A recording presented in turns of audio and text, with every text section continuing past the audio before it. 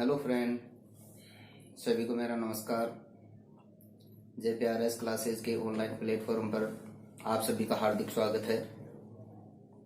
आप सभी को मेरा प्रणाम, सभी बड़े बुजुर्गों को मेरा प्रणाम।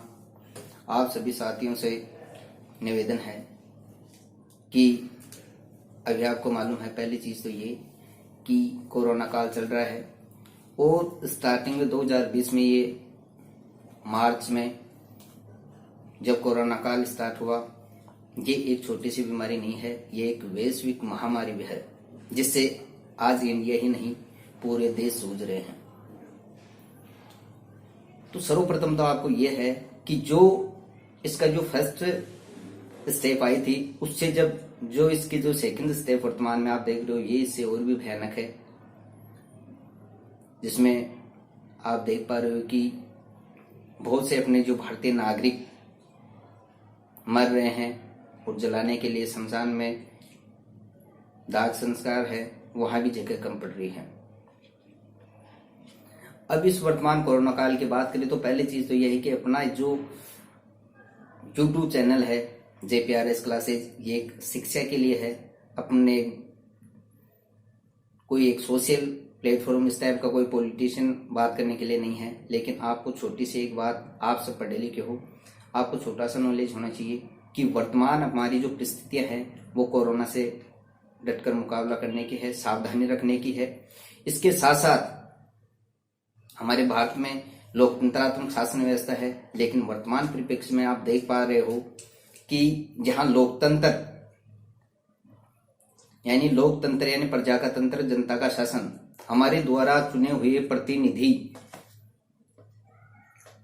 हम वर्तमान में चाहे स्टेट गवर्नमेंट की बात करें, माननीय मुख्यमंत्री जी, हम सेंट्रल गवर्नमेंट की बात करें, माननीय मोदी जी, हमारे प्रधानमंत्री जी, आप देख पा रहे होंगे किसी का भी एक बहुत बड़ा जो रुझान है कोरोना की तरफ, वो नहीं हो पा रहा। आम जनता मरे जा रही है। अब तक 1 साल हो गया कोरोना की बीमारी को आए हुए, लेकिन राज्य सरकार और केंद्र सरकार का जो ध्यान होना चाहिए था एक आम जनता के सुरक्षा के तौर पर, कि अब तक अच्छे बेड, वेंटिलेटर, ऑक्सीजन सिलेंडर सबकी कमी आ रही है। कल भी एक रांची की न्यूज थी, जो कोई लड़की थी वो बाहर हॉस्पिटल के बाहर रो रही है, चिल्ला रही है, और उसके पिताजी का भारी जो एक नॉर्मल, अब जो आपको डेस्क वहां जो बेड दिया जाता है उसी पर भारी उनके पिताजी के देहांत हो जाता है। न तो कोई डॉक्टर्स, रांची की जो घटना मैं बता रहा हूं आपको, न कोई सरकार का ध्यान है। अभी थोड़े दिन पहले आपने देखा नक्सलियों पर हमला हुआ, नक्सलियों द्वारा हमला हुआ, हमारे कई जवान शहीद हो गए, हमारे जो देश के सपूत थे वो शहीद हो गए। और नेता, चाहे राष्ट्रीय अपन दल की बात करें, चाहे राज्य सरकार की बात करें या केंद्र सरकार की, सब उन जो हमारे साथ के भाई थे वो शहीद हो गए। और सब उनकी सब जो वर्तमान परिप्रेक्ष्य में अपन बात करें कि पश्चिम बंगाल में चुनाव चल रहे हैं, सब भूल गए। पश्चिम बंगाल में तो हद तक पार कर दी कि कोरोना जैसे था ही नहीं, या कोरोना है ही नहीं। कल की जो आप भी न्यूज सुनते होंगे, रवीश कुमार जी न्यूज आपने डेटा सुना हो, तो अब तक लगभग आपको बताएं कि जैसे गुजरात है, पश्चिम बंगाल है, दिल्ली है या उत्तर प्रदेश है, आपका कोई सा भी स्टेट है, उसमें अब तक लगभग 300-400, उससे अबोव भी कम नहीं होगा, बिना मास्क वालों के जुर्माना हो चुका 300-400 करोड़, जिसमें 100 कुछ प्लस तो ओनली गुजरात का ही है।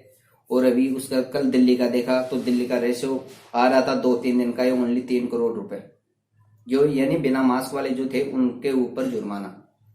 आम जनता के ऊपर आप पुलिस के द्वारा लाठीचार्ज करवा रहे हो बिना मास्क के, चाहे वो गाड़ी में, बंद गाड़ी में हो, बिना मास्क के आप चालान, उसका जो जुर्माना लगवा रहे हो। लेकिन आप खुद के सरकार की बात करें तो कोई भी रूल फॉलो नहीं हो रहे हैं। प्रेजेंट में अपन पश्चिम बंगाल की बात करें तो कल भी मोदी जी की बड़ी मीटिंग थी, उनमें कई लाखों में जनसंख्या जुटी है। आम जनता भी इतनी बेवकूफ हो रही है कि उनको ये नहीं मालूम कि हमें क्या करना चाहिए, क्या नहीं करना चाहिए। हमारे इंडिया में क्या है, भेड़ चाल है। एक आदमी ने जिस लाइन पकड़ ली ना, तो वो चींटियों की तरह बस वही लाइन चल गई। एक आदमी पढ़ लिख लिया, सब कुछ कर लिया, एजुकेटेड है, लेकिन उसको यह दिमाग में नहीं है कि क्या सही है क्या गलत है। हम किसी भी व्यक्ति विशेष या पार्टी विशेष के लिए हम बात नहीं कर रहे, लेकिन आपको समझना चाहिए और खुद आत्मनिर्भर बन जाओ। कोरोना का बचाव यही है, आत्मनिर्भर बनो, घर पर रहो, सुरक्षित रहो। ये वर्तमान परिदृश्य की बात करें तो पहली बार हो रहा है कि राजनीति ने इस प्रकार की अनेक प्रकार की विकृतियां ऐसे छेड़ दी है कि जो देश है, देश के लिए बहुत भयानक साबित होगी। वर्तमान में जो पश्चिम बंगाल में जो रैलियां चल रही है, कल अमित शाह जी की भी रैली थी, मोदी जी की भी रैली थी, वहां जनता आ रही है। कल तक की बात करें तो मोदी जी की 31 महारैली हो चुकी, 21 अमित शाह जी की 22 रैलियां हो चुकी, वहां की ममता बनर्जी है उनकी 37 रैलियां हो चुकी। कोरोना काल में भी जनता भी इतनी बेवकूफ हो रही है, उनको तो कम से कम सोचना चाहिए। राजनीतिक मंच ऐसा है कि एक जो पॉलिटिशियन हुई थी पहले, रजनी कोठारी ने जो कहा था एक स्टेटमेंट कि वर्तमान काल में राजनीति का जातिकरण नहीं, जाति का राजनीतिकरण हो रहा है। अपने वर्तमान पॉलिटिक्स, अपने जो इसकी बात करें पॉलिटिक्स की, तो राजनीति इतनी गंदी बीमारी है, तो उसमें आप मत पड़ो और अपना ध्यान रखो, कोरोना से बचाव रखो, मास्क साथ में रखो, घर से जो आपको जरूरी काम हो तभी आप घर से बाहर निकलो। 2 गज दूरी, मास्क जरूरी, हमेशा सुरक्षा रखो, कोई अत्यावश्यक कार्य हो तभी घर से बाहर निकलो। क्योंकि वर्तमान राजनीति इस टाइप की है कि आपस में भाई भाई को लड़ा रहे हैं, अनेक प्रकार की धर्म हिंदू मुस्लिम सिख ईसाई आपस में सबको लड़ा रहे हैं। जबकि हमारा जो भारतीय देश है विविधताओं में एकता वाला देश है, तो वो विविधताओं में एकता वाला देश है, वही आप इसको बनाए रखो, राजनीति के चक्कर में मत पड़ो। और जब पूरे आज देश की बात कर रहा हूं और वर्तमान में मैं राजस्थान की बात करूं तो ज्यादा भीड़ वाले इलाके से बच्चों, जितने भी कोई राजनीति संबंधित रैलियां हो रही है, कोई भी नेता काम नहीं आने वाला, न कोई भी पॉलिटिशियन जो लीडर है वो काम आने वाला। घर पर रहो, सुरक्षित रहो, अपने घर की देखभाल करो, अपने बच्चों को शिक्षा दो। 1 साल हो गया है, बच्चों की जो क्रमबद्धता है पढ़ाई, उस पर एक तरीके से रोक लग गई है। जो स्कूल के जो बच्चे हैं, वो जो इनको कुछ भी नॉलेज था, ABCD उनको कुछ भी नॉलेज था, गड़ कुछ भी, तो वो सब भूल चुके हैं। अपन उनसे बड़े बच्चों की बात करें तो वर्तमान में आपने देखा कि माननीय दिल्ली के CM हैं केजरीवाल जी ने जो दिल्ली की CBSE बोर्ड है वो निरस्त कर दी 10th की, और जो 12th की है उनको आगे के लिए पोस्टपोन कर दिया। और यही हालत अपने राजस्थान में होने वाले हैं। और ये हालात हमारे राजस्थान में नहीं, पूरे देश के लिए हैं। हमारे राजस्थान में भी क्या है, जो एग्जाम्स थी वो पोस्टपोन कर दी गई, चाहे वो स्कूल स्तर की हो, चाहे कॉलेज स्तर की हो, और चाहे किसी भी सर्विस की हो। वर्तमान में पहले रीट की अपन बात करें, रीट अभी आपके अप्रैल में होने वाली थी, 25 अप्रैल की। उसके बाद में उसको आगे की डेट घोषित कर दी 20 जून, लेकिन उसमें भी एक मामला अटका दिया, राजस्थानी भाषा को इसमें ऐड कर दिया जाए, उसके लिए 12 मई को सुनवाई है। और फिर उसके साथ साथ ये वैश्विक महामारी यानी कोरोना। तो अभी आप ऐसे भी नहीं सोच सकते कि अभी 20 जून उसका कंफर्म है या नहीं है, लेकिन आप अपनी पढ़ाई को निरंतर जारी रखें, क्योंकि घर पर रहे, सुरक्षित रहेंगे तो आपको करना क्या है, ओनली पढ़ाई। तो ज्यादा से ज्यादा है ना, अपनी पढ़ाई को चालू रखो, नोट्स बनाते रहो। और आपके जो छोटे भाई बहन हैं जो स्कूलों में पढ़ रहे हैं, कॉलेज में पढ़ रहे हैं, उनका भी आप ध्यान रखो, उनको भी टाइमली आप कम से कम 2-3 घंटे एज ए ट्यूशन के रूप में उनको बैठाओ, ताकि उनकी पढ़ाई में कोई व्यवधान पैदा नहीं हो। नहीं तो अभी तो गवर्नमेंट के द्वारा ऑर्डर आ रहे हैं कि प्रमोट कर दिए गए हैं या अगली क्लास में प्रमोट कर दिए गए, लेकिन अगली क्लास में जब वो एग्जाम देंगे तो फिर कोई फायदा नहीं है। उनको वो जो पहले का पढ़ा हुआ ज्ञान कुछ भी नहीं है। जैसे 10th क्लास का बच्चा 11th क्लास में चला गया तो 10th क्लास में उसने क्या पढ़ा उसको मालूम नहीं, तो 11th क्लास में उसका रिजल्ट डल रहने वाला है, लो रहने वाला है। तो आप सभी से रिक्वेस्ट है, खुद की जो आपकी गवर्नमेंट सर्विसेज की आप तैयारी कर रहे हो उसको भी आप सुचारू रूप से चालू रखें, क्योंकि अब तो कोई काम है ही नहीं। और जितने भी आप कोई सी भी संस्था से आप कोचिंग जैसे कहीं से भी आप पढ़ रहे हैं या फिर खुद के आप जो आपकी बुक्स आ बेसिक बुक उनसे आप जैसे रीट की तैयारी कर रहे हैं तो उनमें ज्यादा से ज्यादा नोट्स बनाने की कोशिश करें। आपको पढ़ाई नहीं छोड़नी है, कंटिन्यूटी इसमें रखनी है।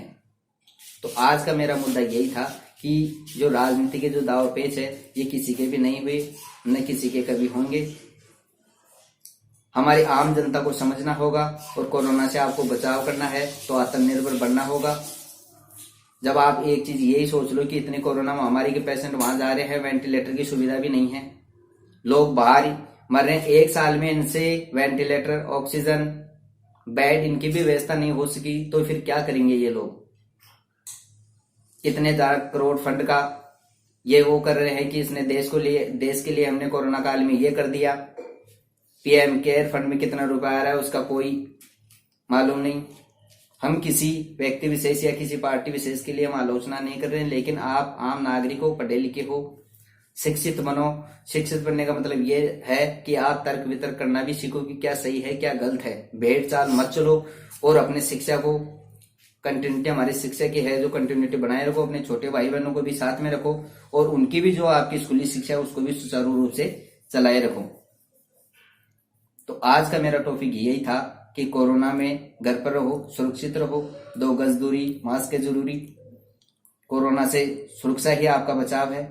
आपको अत्यावश्यक कार्य हो तभी आप घर से बाहर निकले, घर पर रहे, सुरक्षित रहे और पढ़ाई का ज्यादा से ज्यादा फोकस रखे। पढ़ाई में कंटिन्यूटी आप रखोगे तभी आपको सक्सेस मिलेगी। इसी के साथ जय हिंद, जय भारत।